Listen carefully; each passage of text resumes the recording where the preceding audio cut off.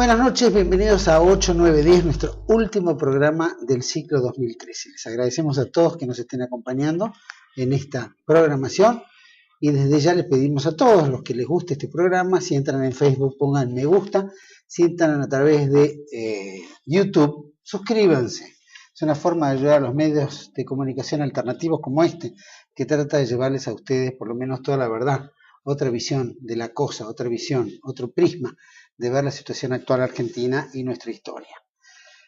Así que les agradecemos todos, este es nuestro último programa, sabemos que la Argentina está pasando por una crisis enorme en mil factores, sociales, políticos, económicos, culturales, de toda índole, y no escapa a todo este esquema también una crisis semi-religiosa, ¿no?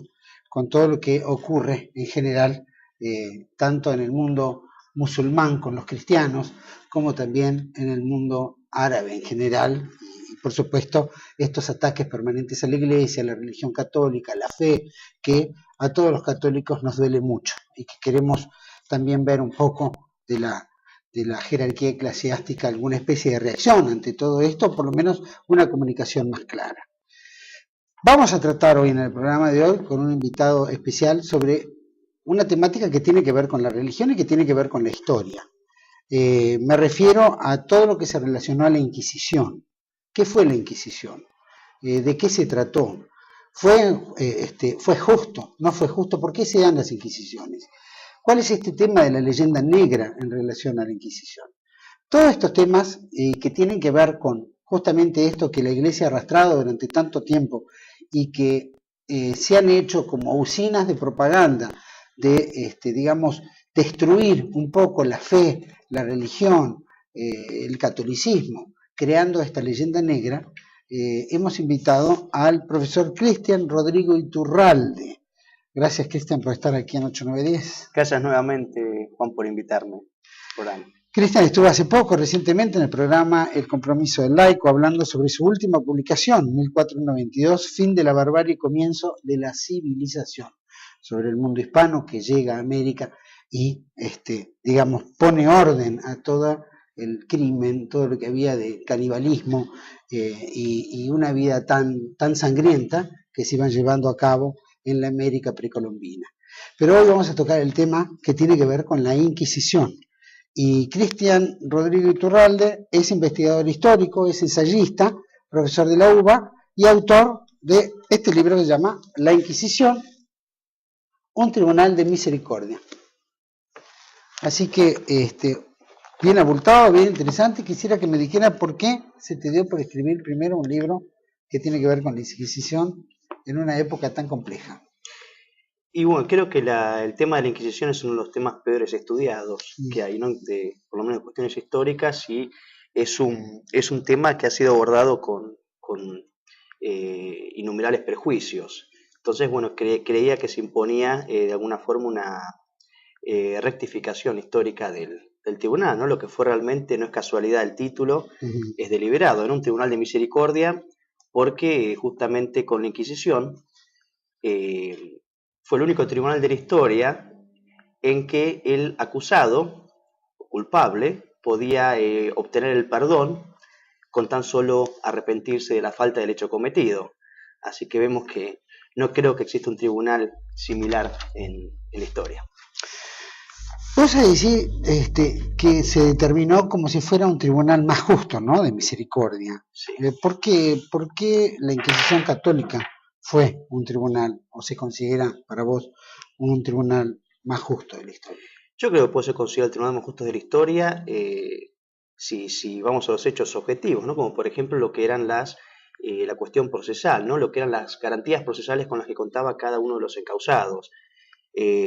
Por mencionar algunas, por ejemplo, sabemos que cada reo tenía derecho a 1 o 2 abogados proveídos por el mismo tribunal. Incluso aquellos de mayor poder adquisitivo podían, por supuesto, optar por la contratación de un abogado fuera de la órbita de la Inquisición.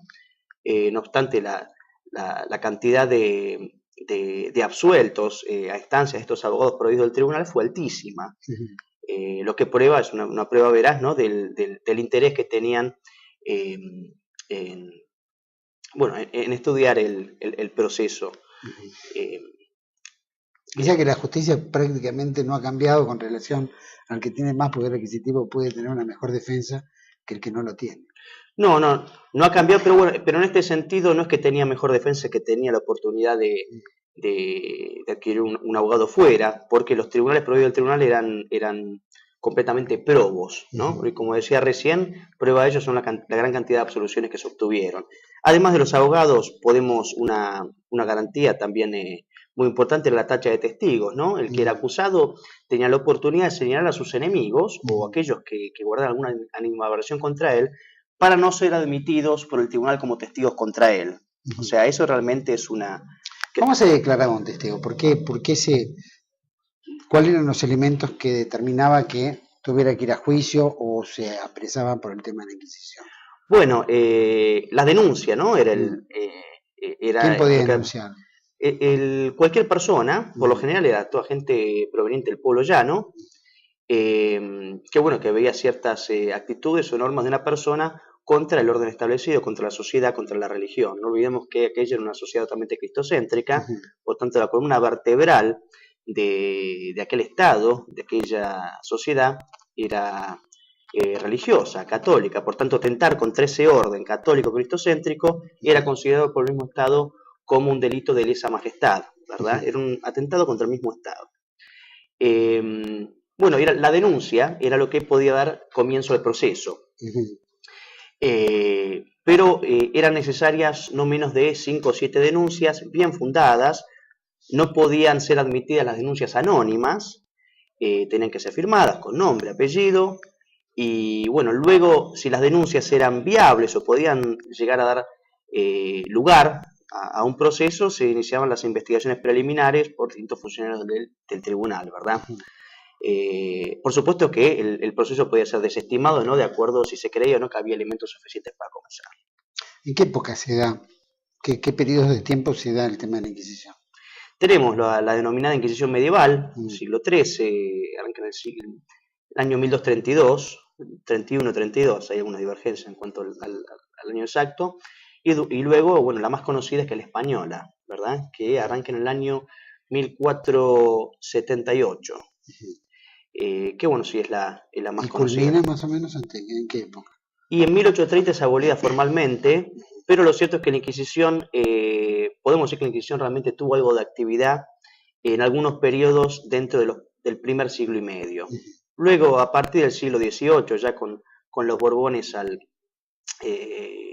poder, ya prácticamente no se registra actividad alguna ni procesos. ¿Por qué se da la Inquisición?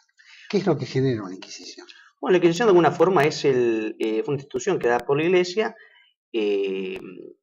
que tenía la función de, digamos, de actuar como guardiana de la ortodoxia, ¿no? de la religión. Lo que hacía la Inquisición es, bueno, recibidas ciertas denuncias sobre una persona, era de acuerdo a los elementos que se habían reunido hasta el momento, bueno, se investigaba, ¿no? La causa, y la Inquisición lo que tenía que hacer, en definitiva, la Inquisición era quien consideraba hereje o no hereje a una persona, o culpable de otro delito, porque luego la Inquisición se ocupó de otros delitos menores, pero el principal, el más grave al Estado y a la religión era y al hombre, ¿no? Porque se procuraba la salvación del alma del hombre, que era considerada mucho más importante que la efímera del cuerpo.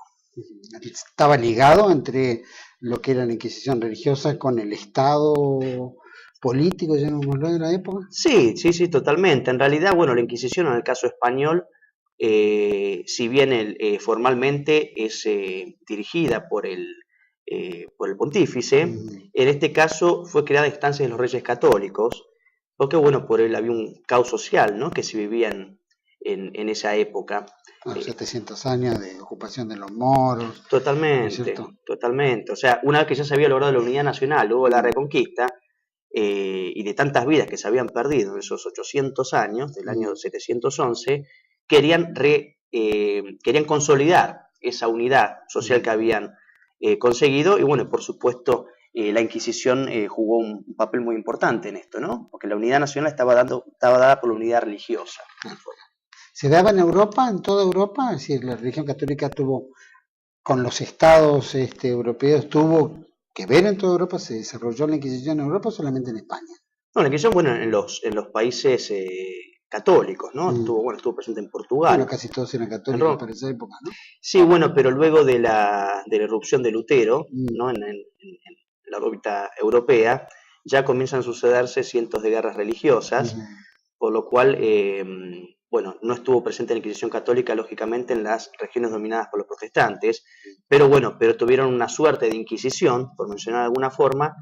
Si entendemos Inquisición como persecución, que es lo que fue en el caso de los protestantes, sí existió en las regiones protestantes una persecución atroz, principalmente contra los católicos o los disidentes, ¿no? De cierta opinión. ¿Cuál diferencia había entre la Inquisición protestante y la Inquisición católica? Bueno, principalmente la Inquisición católica, como había comenzado a mencionar, tiene una serie de garantías hacia el acusado, muy importantes, que se respetaban a rajatabla, y en la Inquisición protestante, por determinar de alguna forma, se incluía incluso la persecución política, porque la Inquisición en las regiones protestantes eran un brazo del Estado protestante. Entonces muchas veces eran persecuciones políticas y por supuesto que quien osara desviar una coma de lo dicho por Lutero era considerado un hereje, ¿verdad? O sea, bueno, por eso surgieron un sinfín de distintos disidentes. Estuvieron los calvinistas, bueno, Servet es un claro ejemplo, estuvo Calvino, Zwinglio, y cada uno armó su propia sectita creyendo sus propias, o sea, al no haber un órgano rector de la doctrina, entonces cada uno se sintió libre de interpretar la doctrina a su forma, y bueno, y prueba de y la lógica consecuencia fue, bueno, la persecución, ¿no? Entre estas, que por suerte España pudo preservarse esas guerras protestantes gracias a la unidad lograda por la religión.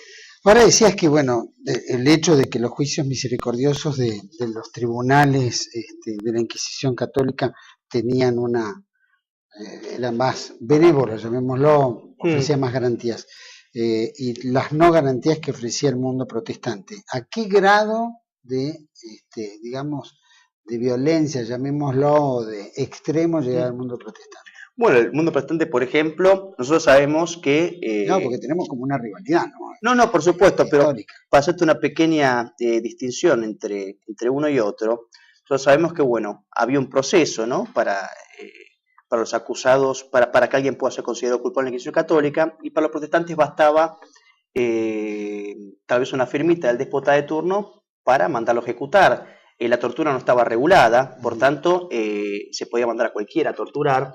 Las cárceles eran inhumanas, ¿no? Y las torturas duraban, pero muchísimos días, muriendo mucho en las mismas salas de tortura. Las diferencias, me preguntabas, ¿verdad? Sí. Bueno, por ejemplo, Charles Lea, que es uno de los historiadores, podemos ya considerar un historiador de fuste del protestantismo, relativamente objetivo. Él da la cifra de 200.000 personas asesinadas por los protestantes, ¿no? Por guerras religiosas, digamos, ¿no? Más que nada también por el supuesto delito de brujería, ¿no? Porque el protestante, a diferencia del católico, consideraba a la bruja que era realmente un ser endemoniado y que no merecía, por tanto, un juicio. Se le ejecutaba directamente. En cambio, la Inquisición española y católica consideró la brujería como un estado de insanía, tal vez, y era una persona que podía ser reinsertada en la sociedad, ¿verdad? Por eso vemos que, como mucho en 350 años de Inquisición católica en España, incluso en Portugal, en Roma, como mucho va a haber 50 brujas relajadas al brazo secular. Y bueno, se cuenta de a cientos de miles las víctimas por estos supuestos delitos de brujería en las regiones protestantes. Con relación al trato de los herejes, llamémoslo, sí, o en circunstancias que estaban presos, etcétera, ¿cómo era el tratamiento? ¿Había un tratamiento especial? ¿Se los tenía todos juntos en una celda? ¿Era un trato diferente? Siempre comparado con los protestantes, ¿no? Porque me interesa esta dualidad. Bueno, había, por supuesto, que había distinto tipo de herejes, ¿no? Había varias categorías, como el hereje pertinaz, era aquel el hereje que seguía, que no se rectificaba, no se arrepentía de la falta cometida y que pretendía arrastrar a otros, ¿no? Tras de sí. Y había cárceles que eran grupales y había, por supuesto, como existe hoy en día, cárceles incomunicadas, ¿verdad? Pero bueno, las cárceles era Vox Populi en la época y se ha reconocido hoy en día.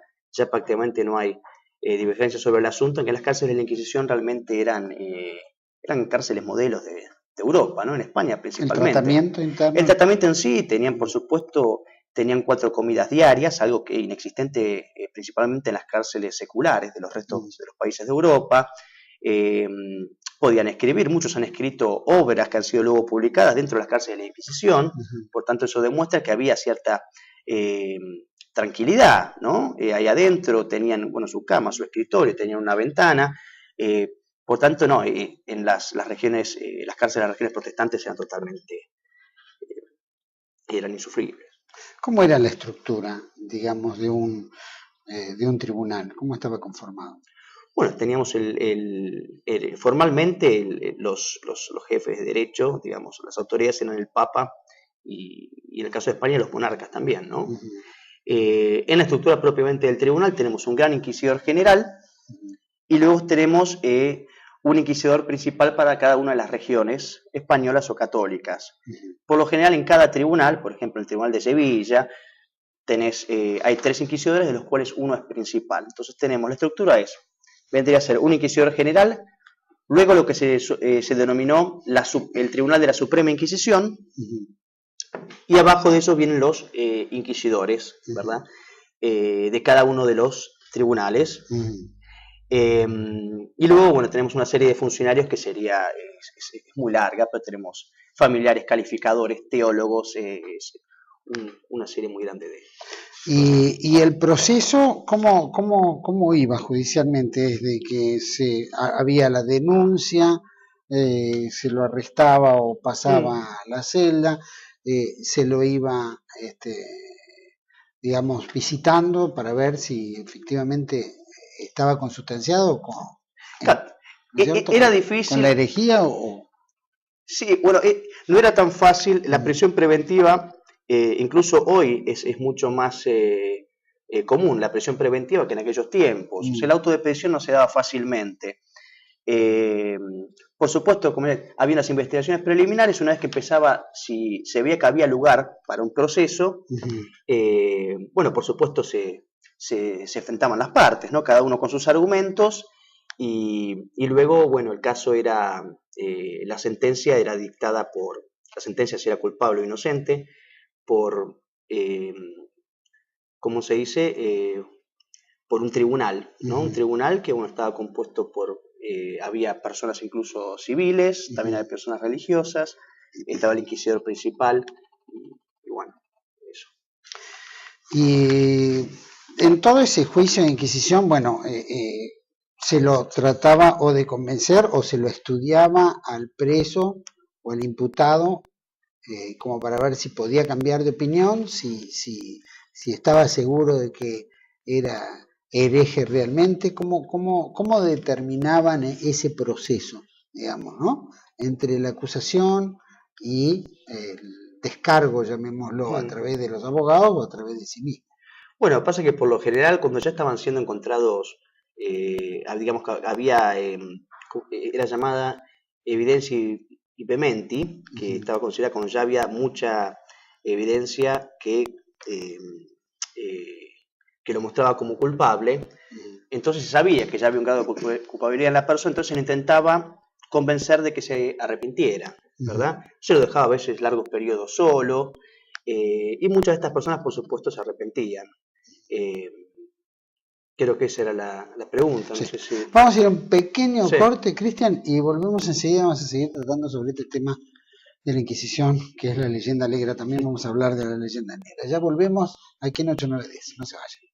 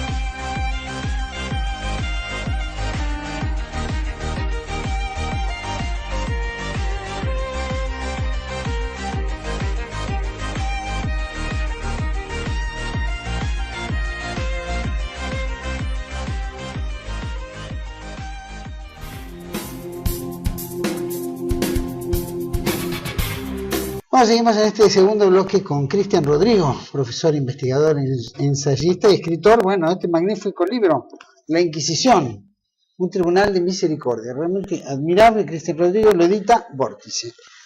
Y me gustaría que en este bloque me contaras cuál era, si cuando alguien era procesado, en fin, imputado, estaba en proceso, ¿qué garantías tenía? ¿Qué garantías tenía para defenderse? Para defenderse, una buena pregunta. Bueno, algunas las hemos comentado ya, ¿no? Como los abogados, también podía invocar y llamar cuantos testigos en su favor quisiese o considerase necesario. Hemos ya mencionado el tema de la tacha de testigos, ¿no? Para eliminar los enemigos manifiestos del acusado. No estaban permitidas las denuncias anónimas, esto es muy importante. Debían ser firmadas, ¿no? Y cotejada la información. Existía también la recusación, ¿no? de los jueces, incluso del inquisidor, porque bueno, podía darse el caso que estos guardan alguna animadversión particular contra el rey, entonces existía la recusación de jueces o inquisidores. Luego tenemos, por supuesto, la apelación, muy importante, ¿no? La apelación de la sentencia, ¿no? Incluso la apelación del auto de prisión o tortura, por ejemplo. O sea, existía la apelación, existía la doble instancia, que también es muy importante, básicamente por nombrar algunas de las más conocidas garantías procesales, que incluso hoy, ¿no? Vemos que no se respetan. En todo ese proceso, bueno, decíamos que estaba preso, bueno, lo metían en un calabozo, es decir, se determinaba. ¿Cómo era el tratamiento? ¿Era un tratamiento duro? ¿Era un tratamiento, como se comenta?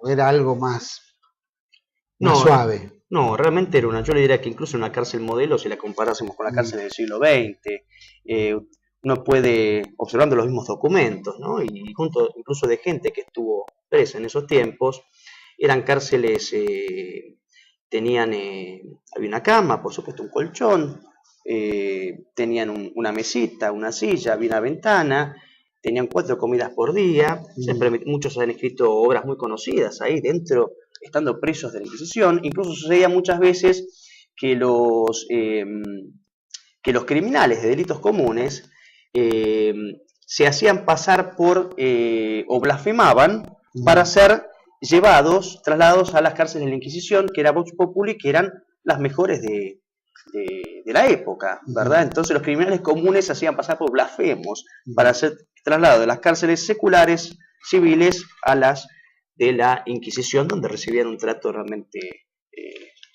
la verdad que bastante bueno. ¿Y en América cómo se da todo este esquema? ¿Es tan duro como en Europa?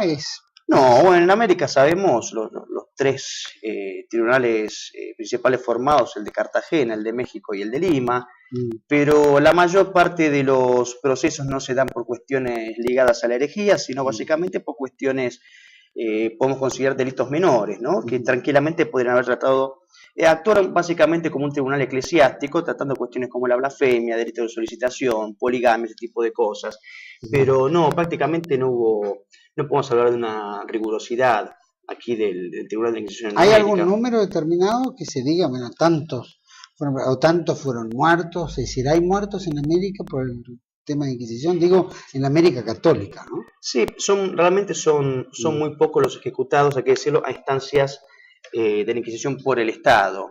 La cifra que se da, bueno, no sé si puedo tratar después el tema del simposio de la Inquisición, de Juan Pablo II. Eso al final me gustaría. Pero bueno, no, las cifras que se dan en total, así que después volvemos sobre el tema, es el 0,1% del total de procesados en 350 años de Inquisición, contando América y contando Europa, es el 0,1%.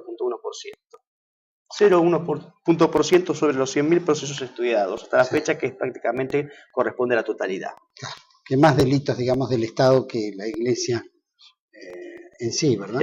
Las ejecuciones principalmente venían por delitos civiles y por el Estado.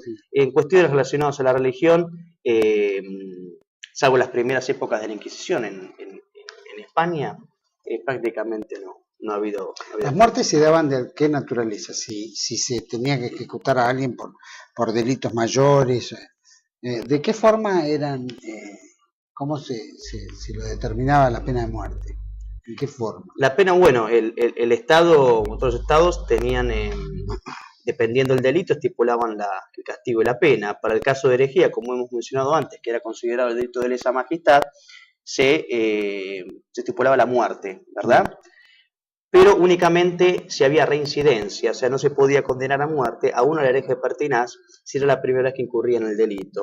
Entonces, al relapso, que relapso significa reincidente en este caso, la Iglesia lo relajaba, no se acuerdan, que quiere decir que si lo dejaba, pasaba la órbita del brazo del Estado, y el Estado para la herejía decía que, como se llamaba, había que darle muerte, y la muerte por lo general era por ahorcamiento, y tal vez luego del ahorcamiento se lo quemaba. Pero por lo general, este es un dato que la gente desconoce, y muchas veces piensa que la gente moría quemada viva, únicamente los protestantes quemaban la gente viva.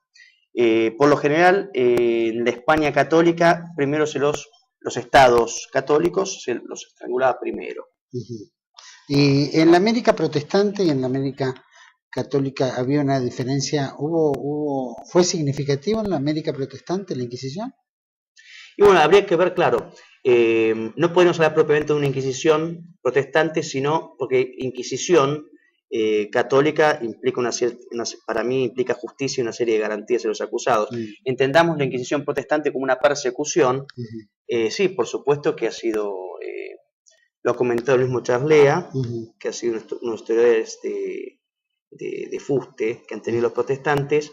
Él da la cifra de 200.000 personas, ¿no?, ejecutadas por los protestantes por delitos muy leves o suposiciones de incursión en el delito de brujería. Estamos hablando de un número enorme en una población que tampoco era tan numerosa, ¿no?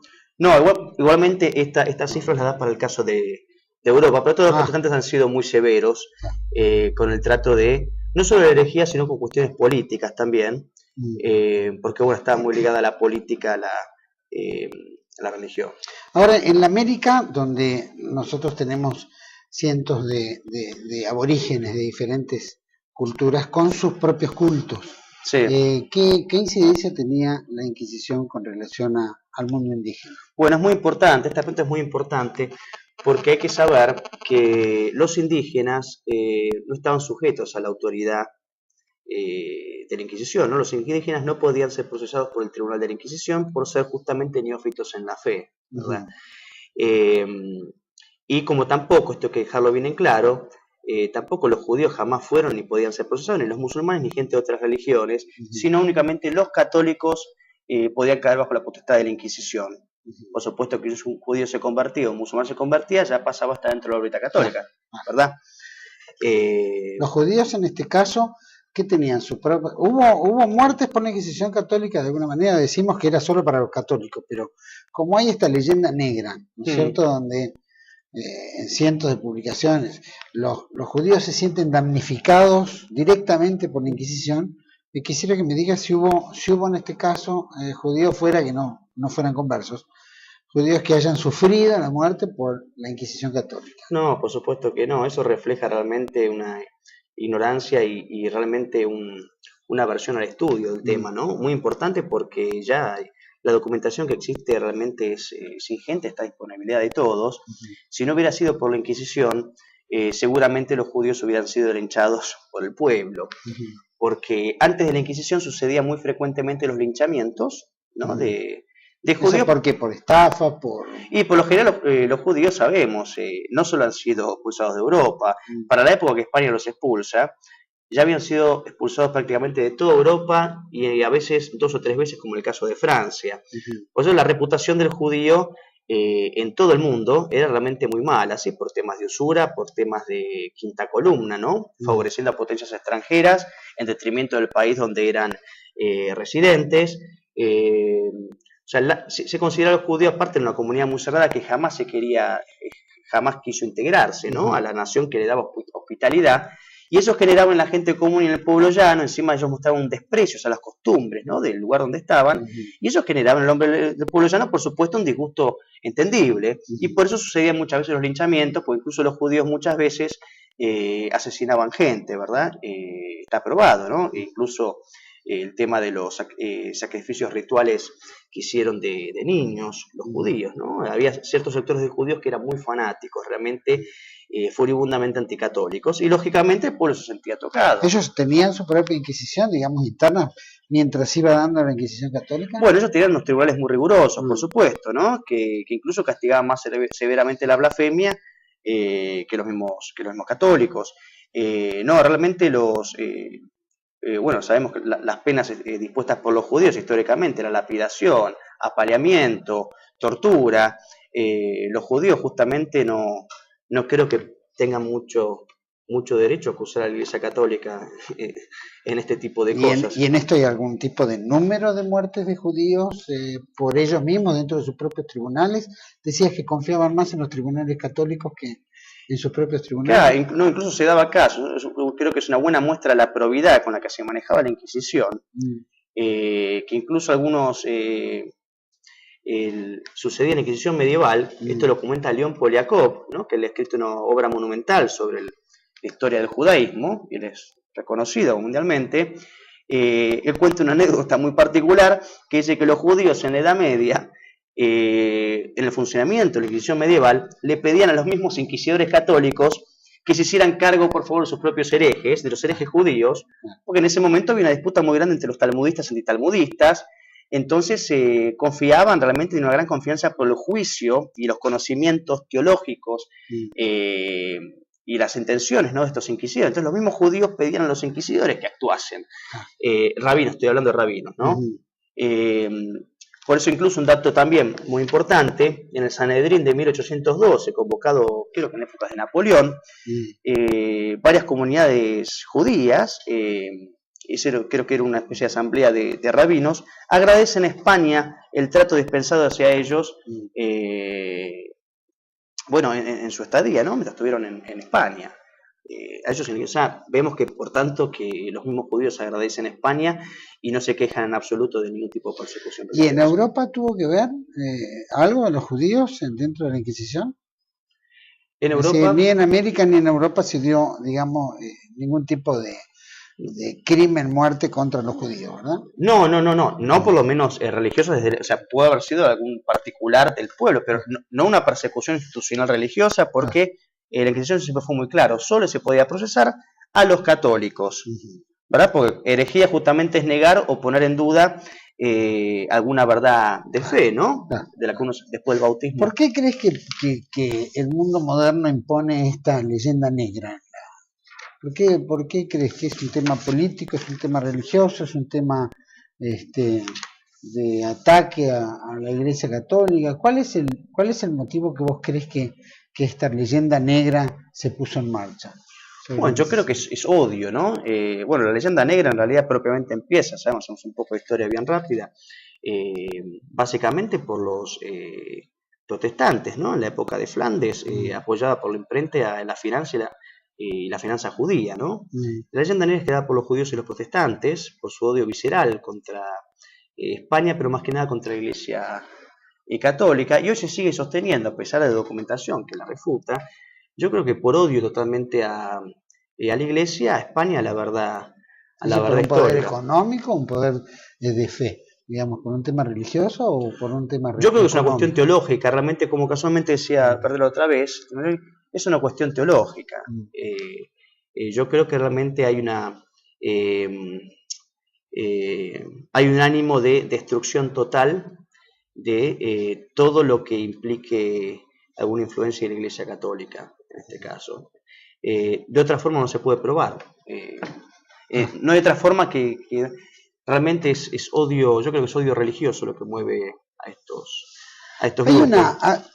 Viste que se ha dado una moda en los últimos años, ¿no? Del mea culpa, ¿no? El mea culpa, el ejército argentino sale y hace su mea culpa con relación al mundo político de la década del 70, después aparecen los militares y hace su mea culpa, después cada uno hizo su mea culpa.